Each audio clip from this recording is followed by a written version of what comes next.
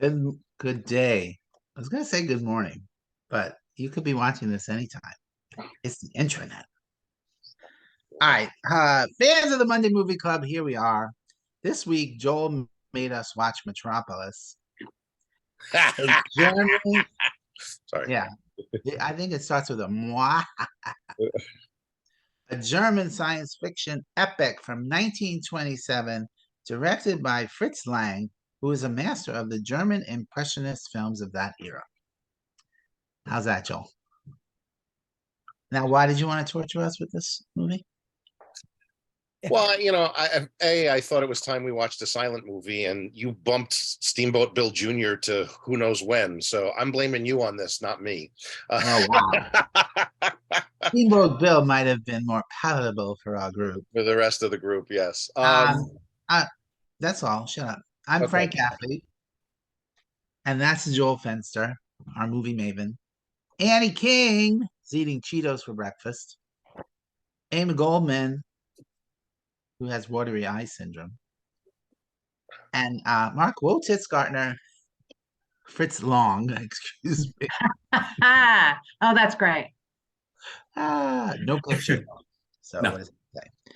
All right, so I'm going to give you the basic story, and then we can move on. So it says, among the gigantic futuristic city with its skyscrapers, suspension bridges, and jam streets, people seem to live in comfort and security. However, Metropolis is not a city of equality and harmony.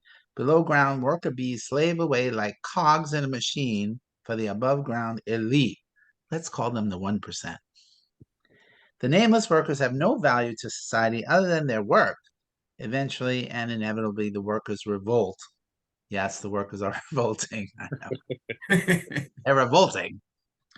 And as a spectacle, and considering it's 1927, it's pretty damn impressive. It really is.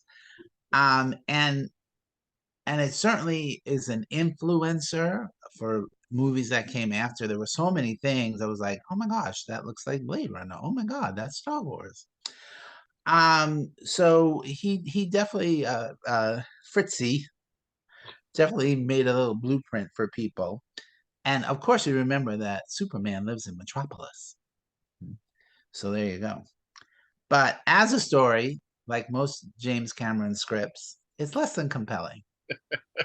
and most of the acting is that melodramatic silent film type of acting, which sometimes just cracked me up. Oh God. For absolutely the wrong reasons, especially the mad scientist guy. He wasn't a scientist, what was he? Or whatever he was. He was the inventor of the robot-y thing, which was totally C-3PO, but with boobs. Just for Mark. What? Just for Mark. Just, Make them bigger next time then. Sorry. okay. I just edited myself. Okay. I watched it for the very first time, actually. I did not see this one in film class. I watched it the very first time in 2020 as part of the Franken list. And watching it now, I can still very much appreciate how ambitious it was for the time and really spectacular. But seriously, Joel, it was a little torturous film class all over again, like it was an assignment. And I'm now writing paper on how Metropolis was prescient and inspired the movies of today. I hope I get an A on it. And of course, Joel, I think it's adorable how you're so passionate about movies and you want to bring us the whole history of movies. Yes. And that's and I love that you can find something redeeming about anything that you watch. So that, and I don't honestly don't think you're an easy audience, but at the same time you are. Does that make sense? Yeah. And I don't have that. I don't like everything that I watch. So here I am. Okay, so in the movie, first, first time it's science fiction is when you see the clock only goes to 10. Is Well, that like that's part of the metric system? No, that's the number of hours they work. That's the number. Okay. Yeah, it's shift clock, because the clocks in the other rooms go to 12. Oh, okay. I guess I didn't notice that. I hadn't noticed it either. I'm like, what is going on? But then somebody said something about the 10-hour shift. I was like, Yeah. oh, So it's just like anybody working today. yeah. Annie, don't you do a 10-hour shift? No. No. And it really was so beautifully choreographed. I mean, I think, somebody obviously was off screen yelling left, right, left, right, left, right. So they could all go. And then some things even made me look stuff up like Malach. Like I'm giving you isn't the Malach like the evil eye or something? On the But Malay. but I looked him up. He is a god you gave sacrifices to, like these workers. And the foreman is Grot. I am Grot. No.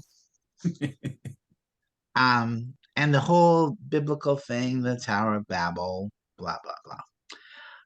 But like an hour into it, the title card said people spoke the same language but could not understand each other well. Obviously, some things never change. It's exactly the same. And so of course, then the son realizes what's going on, and the dad is all, "Hey, this is my business. I gave you everything you have in your life," and the son is like, "Dad, you're abusing these people." Ah. And the son, Feder, is quite the drama queen, really. God. Oh my gosh. And so it was interesting too. I found all the grainy footage that was the found 16mm stuff. But Joel, I did it really add to the movie? Was there? I think there was only like one really plot line that kind of got exorcised, Well, but wasn't it, it really was just like little moments here and there. it's a lot of little moments here and there. The major plot line dealt with the Thin Man spy that was tracking Frieder for his father. Feeder? That's his name, Feeder? Yeah, yeah. I was saying Feder, like Roger Federer. Maybe it's better. I don't know. You say Feeder, I say Feder. But the other main thing is that they didn't have at the time they were using the score that was written for the film to re-edit it into the proper order, because it's also never quite been that either. So Oh, I see. So some of it was like so if you were to, they totally went on the existing score yes, to put everything back where it was supposed to right, go. which is something they hadn't done back in 2001, which was the last restoration when they didn't have the 25 minutes of footage to add back From the 16mm. Yeah. And so then the father, Joe Federer, when Maria shows up, Maria is she's like some kind of what is her role in this? She's like Mother Mary trying to save the whole world. Savior. And of course the father is thinking, how do you solve a problem like Maria? Oh, you took my line. Oh, sorry. But I'm sorry, Feder was prettier than Maria. Oh, yeah. He really was. And then she thinks he's the mediator. I'm like, is that where that whole thing came, to get a mediator between the workers and the big boss? Or did they just The head in the hand. Yeah. That was interesting. And then after 1 hour and 6 minutes, it said end of the prelude. I'm like, what? I know. The prelude? That's some long ass prelude. Yeah. And then 1 hour 34 minutes, end of intermezzo. So intermezzo means the middle part, right? So No, actually, I had to look this up again. The intermezzo is what was the definition exactly? Hang on. Is this three films in one? No, it was one film in one. And I did laugh when he said to escape the Thin Man, because there was that whole famous detective series. Yes. Was he named after that character? Who?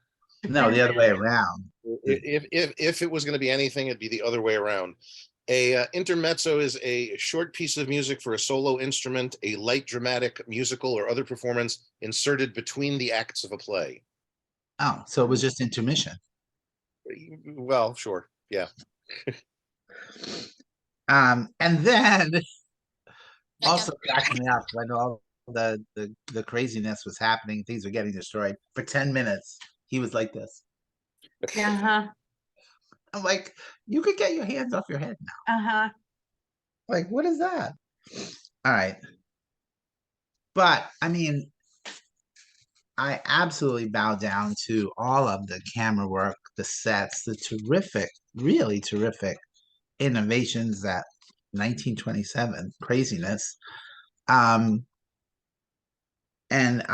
it's definitely too long, and the old time overacting was definitely a bit much, but I really did find it fascinating. I'm actually giving it 3.5 stars. I know, Wow. but and that extra half star really is for its place in film history for me. All right. So how torturous was it, Fritz Long? Would you rather watch the film we never discussed, Little Big Man? Little Big Little Man, Big Man? again, or this? No, you'll be maybe surprised that I would rather watch this. I would say I really hate A Little Big Man, but you still owe me a beer for this, Joel. Okay. Yeah, no, I didn't. But I didn't hate it. again, like I said in the beginning, this is a great group of different opinions about movies, because you would never in a million years watch this. And that's a second line you took from me. Ah!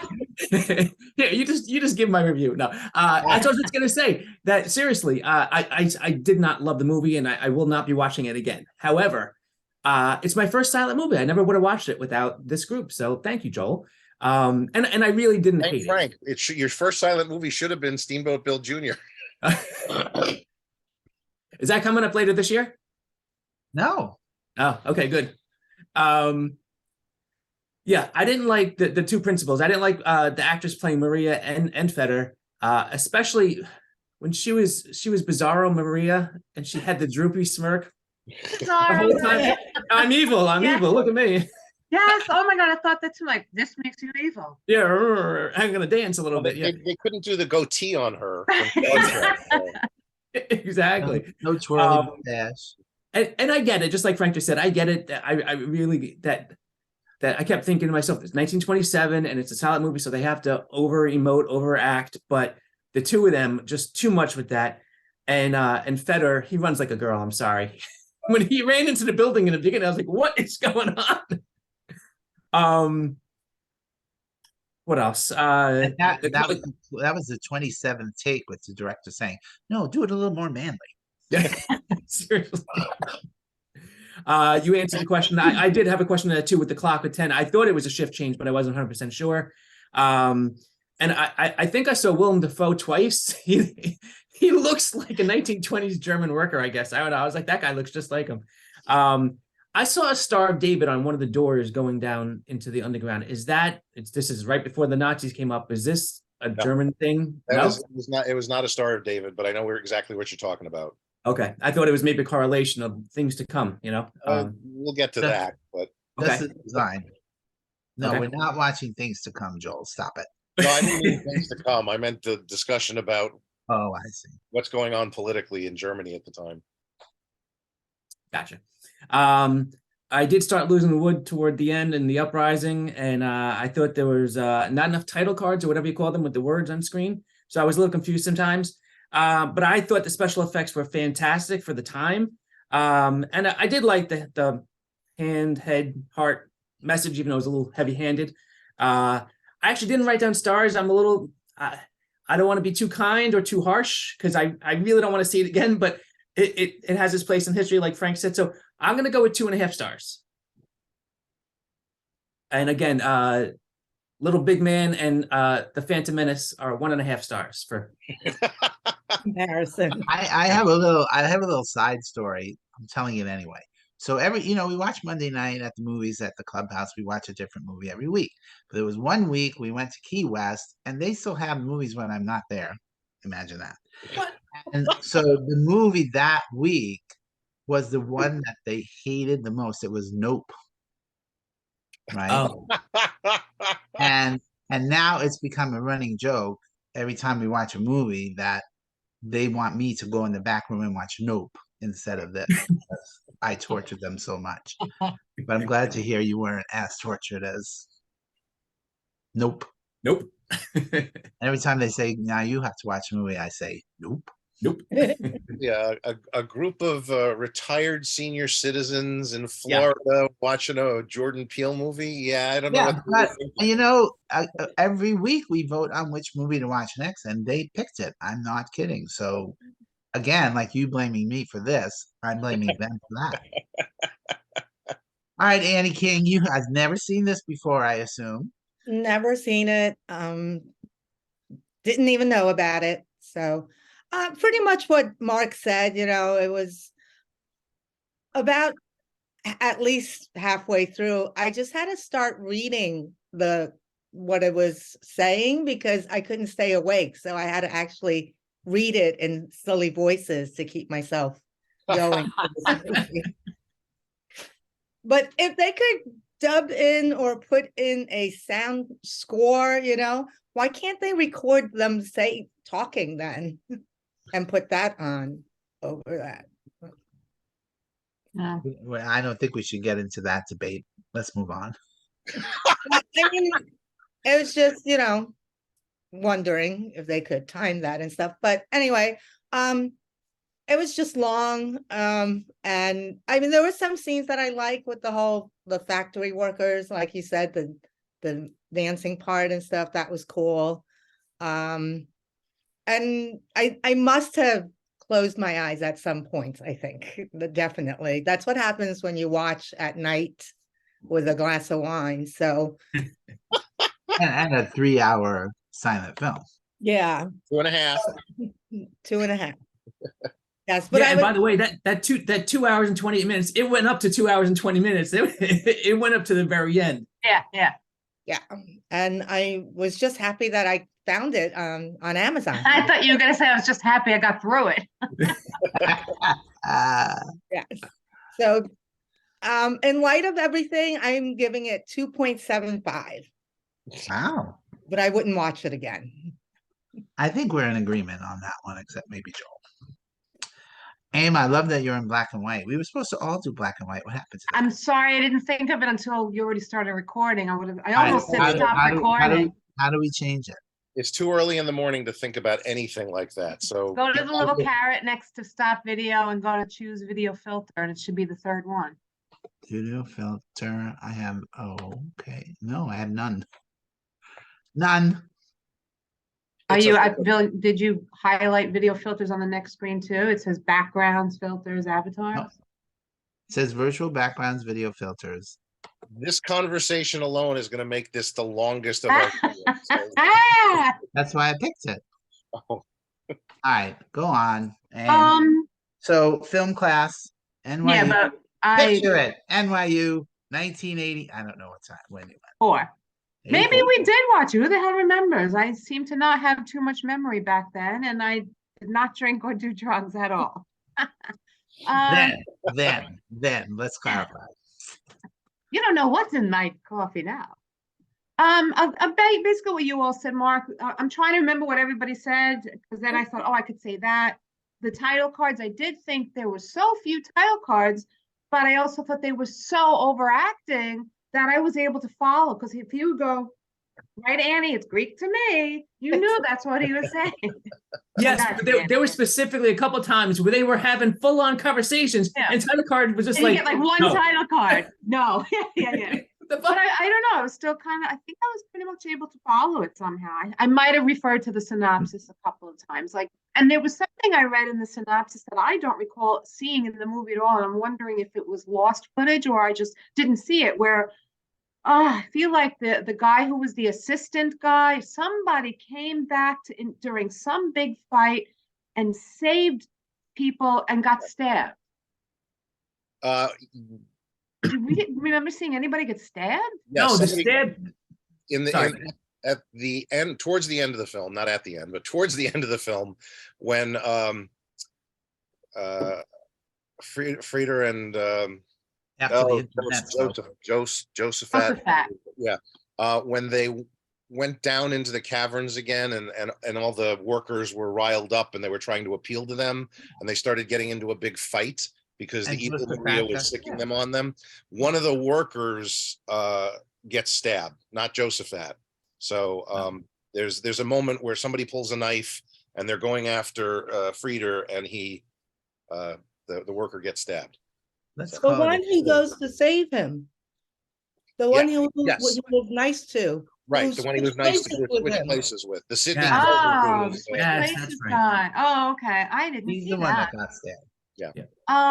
I did think the production values were incredible, and the big machine, and the way they all went into the machine they were eating when he was having the hallucination was beautiful. The one thing I was constantly thinking, then I looked it up, was how many fucking people were in this movie. And then one of the things, the amount of kids was ridiculous. And then of course the amount of workers and the townspeople. And then I read that Fritz Lang wanted like 4,000 people. They were able to hire 1,000 people, and then they had his technology to quadruple on screen. I just thought that was amazing technology for back then. Maybe people were more advanced in 1927 than we realized. Yeah, and that whole scene where there was like a montage of different faces. I'm like, wow, Yeah, yeah, 1927. yeah. I also read that you said you read that he wanted all the workers to have shaved heads, but only 100 of them would agree to do it. Yeah, yeah. I was- God, you just reminded me of something final that I was gonna say, but now I don't remember. with the So, different people's montagey faces. no, maybe it'll come to me when Joel's talking. Anyway, I Yeah, think, interrupt Joel. He doesn't. Yeah, want- just feel free to interrupt me. It's not a problem. I think I'm kind of a toss up with the stars. I didn't hate it. I'll give it 3 stars. I will never watch it again, but I think it deserves 3 stars for the magnitude, the spectacle, and the story it was an interesting story about the whole rise up, but the acting was unbearable. The woman actually went like that. It was unbearable.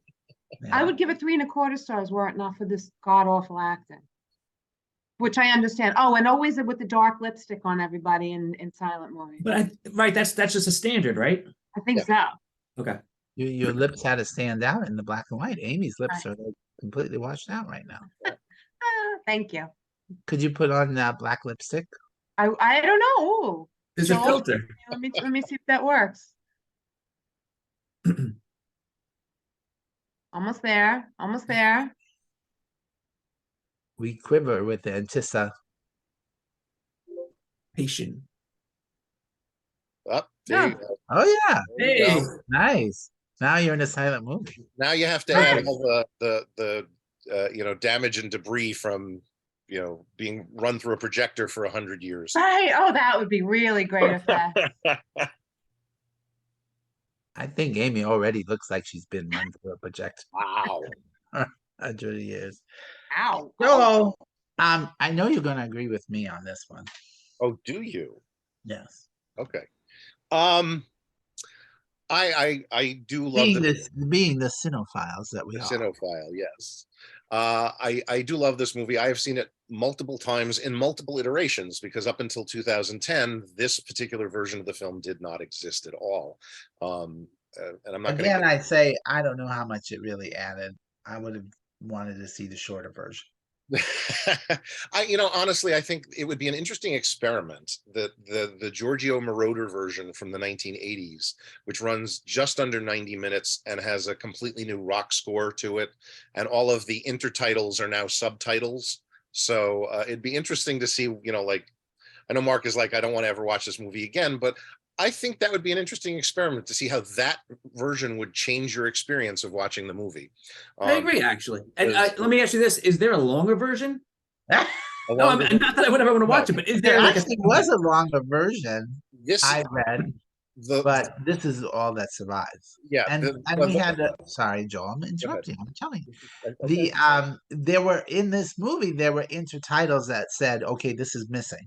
Yeah, but what's So- missing? What's missing doesn't amount to more than maybe like 4 3 minutes, minutes. 5 minutes. I remember tops. seeing it once, maybe twice. What was missing? I was like, there's like nothing missing, really. Yeah, it's literally there's a conversation, there's a scene with some monks that's missing, and it's not a long scene, and the fight between the fight is what I inventor. remember. Yeah.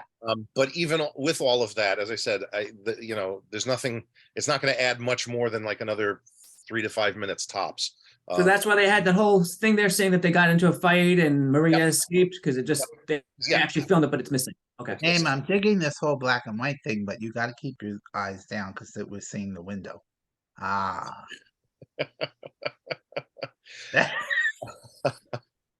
Um, look, watching a silent film is very different from watching, anything, literally almost anything in the talkies era, especially if you're used to watching modern films. It's just different styles of acting and such, but I always forgive that because it's part of Oh, sure. the scene. Every director said you have to emote and overact because nobody can hear what you're saying. So it's Correct. all kind of But that's Right. the other corollary to that. I know there was complaints about there weren't enough intertitles and stuff with the film, is that film should tell a story through pictures. When you're adding dialogue or intertitles in this case, that takes away from it a little bit. So, pure film is just a visual storytelling. And I think, this film specifically does go in that direction in the sense that, as Amy was like, you didn't need it. You had that overacting that was getting, they could have a 5-minute conversation and give you like, 2 intertitles and we could, highlights. yeah. Well, the other thing too is that the audiences of the time were just learning the media too. Exactly. Too. Yeah. So they had to be. Now it's would even say they were being talked down to a little bit because they wanted to make sure they understood. Right. I mean, we're only, barely 30 plus years out from, the Lumiere brothers and Edison and all that stuff. So, and feature films, are maybe a dozen years old at this point. Everything before that were just shorts and stuff, and not all of them were narrative up until, the early 1900s or so. 15 wasn't the Great Train robbery, I think, is 1912 maybe. So this is definitely a different way to watch these types of movies, I think, and you kind of have to forgive those graces at this point in certain areas. I love the story. It is both complex in its undertaking as well as simplistic in its message. And that's one of the things I really like about it. And I've always been a fan of Fritz Lang's as a director, not as a human, but as a director. That little Nazi. I'm more of a fan of Walter Lang. Walter. Fritz Lang was not. For those of you who don't know, Walter Lang was associated with Warner Brothers cartoons. Wasn't he? I thought it was Woody Woodpecker, but that would be Walter Lance. Right. Okay. Get your Langs proper. And I do prefer Warner Brothers. I like Scott Lang. Is he from Karate Kid? Scott Lang? That's Ant-Man. Ant-Man. Oh, Ant-Man. Paul Rudd. Sexiest man alive. The rest of Fritz Lang's work all of it is very interesting. But obviously the way he treated his actors was abhorrent and, not something you should do at this point. I think the only other one I've seen actually is M. M is his best movie by far as I'm concerned. It's an incredible movie. It is not silent, Mark. And it's, but it is in German. So I still got to read subtitles. You still got to read something, but it's a great movie. It's called M? Just M with Peter Lorre. Anyway, one of the things in watching this movie again is going through for me, I love going through the history of how the film was made, how it was recovered, over the years. And also I find it interesting because of the political climate at the time. How did that affect the making of the film, or how did that affect the people involved in the film. You know, what happened to these people after 1927? You know, some of them went on to large careers within the Nazi regime as part of their propaganda film making. Some of them went in that direction and then realized what the hell was going on and got the hell out of there. You know, Fritz Lang was offered, supposedly offered the job of being the head of the filmmaking group because Hitler and Goebbels were enamored with Metropolis specifically, and they were willing to be like, oh, we're going to overlook the fact that you're Jewish. And as Fritz Lang would tell the story, the minute he said, "Can I think about it?" After that meeting, he left for Paris and you know, didn't go back until well after the war. Although supposedly in reality, it took about 4 months for that all to transpire. But anyway, I always find that stuff fascinating, especially when dealing with older films like this as well. And that reminds me of one of the things I read about that, which I thought was so interesting, is that Hitler would often tell Jewish people, well, it's okay, you can come be with us. Yeah. We'll forgive you. Yes. And that was one of the things he said to Lang. Yeah. And it's kind of like, all right, so what would have happened at the if the Nazis had actually gone in the final directions they were going to? Would Fritz Lang have been, you know, liquidated at some point, you know, once his use had been used up? But thankfully we never got there. And I think the other thing that appeals to you, Joel, is that you're a completist. Well, to an extent, yes, that does appeal to me. It's not so much the completist in me, though, for this film. It's more along the lines of puzzle pieces. This is a puzzle that's been missing pieces for years, you know, and it took from, you know, pretty much 1928 until 2010 for all those pieces to kind of come back into place and how they got there and such. And now we have the director's cut. Yeah, theoretically, yeah. I mean, it's missing a few things here and there, but Fritz Lang would have approved of this because it was his original cut, essentially, in spite of the fact that he eventually kind of said the movie's, you know, frivolous and pointless and it's not the best thing I ever made. So, but you don't have, as you said at the beginning, you don't get Blade Runner, you don't get Star Wars, you don't get so many things that we take for granted now with science fiction that have become so ingrained in the pop culture if you don't have Metropolis. I think that alone cements its status in cinema history. So yes, Frank, I do agree with you. I'm going to give it 3.5 stars. I knew it. All right. One thing I just remembered that I wanted to say, sorry, Frank, was at the beginning when they were going up the stairs or coming through the two tunnels, and it was taking so long, and the cards were on screen for so long, I was able to read them like 5 times. I switched it up to 1.25 speed, and it was totally watchable. So next time you have a long movie, Mark, and we're on the DB, you could just go to 1.25. Okay, so that's okay. See, if you think about earlier versions of this film before it was restored, and you think about silent film in general, it probably did run at 1.25. There was a tendency, you know, we think about silent comedies where everybody's running around real fast, and that's not how it was supposed to be. They were projected at the wrong speed, and that's how you got that. You know, so if you're watching a silent film projected at the correct speed, it's going to look more like what you saw, and it looks more real because it's more of a 18 frames per second as opposed to the typical 24 frames per second. Yeah. Oh, wow. Yeah, but Amy was watching it at 18 frames a second. Yeah. To get through it. I'm going to have Danny look for we took a video class in high school, and I'm going to have him look for our video. Which one did we shoot in black and white with no words? The one with Michelle Cohen. Oh. Hi, Dan. There was no words. Was there? Yeah. Suicide. Oh, yeah. Danny King for the win. That's what we had. Win on the show. That's what I had to do my freshman year in college, the first film production class. We had at Ithaca College, they have you make what they refer to as your doorknob film. You have to make a 3-minute silent black and white movie that features a doorknob somehow. Oh, wow. Oh, that's funny. We did a 3-minute science fiction movie too. Yeah. And I did an 8mm one. And Frank, I don't know if you remember, but you were in it. Well, I was. Yeah. What did I do in it? I have no idea. Oh, okay. Well, you were only 8mm, so. Yeah. So nothing. I did a perfume commercial in high school. We all had to do a commercial. How funny. But that was for video class, not for film class. Yeah. It was for media. Yeah. All right, great. So Metropolis from 1927 is on YouTube. I will post a link. Hopefully it'll still be there. Yeah, it'll be gone in a day.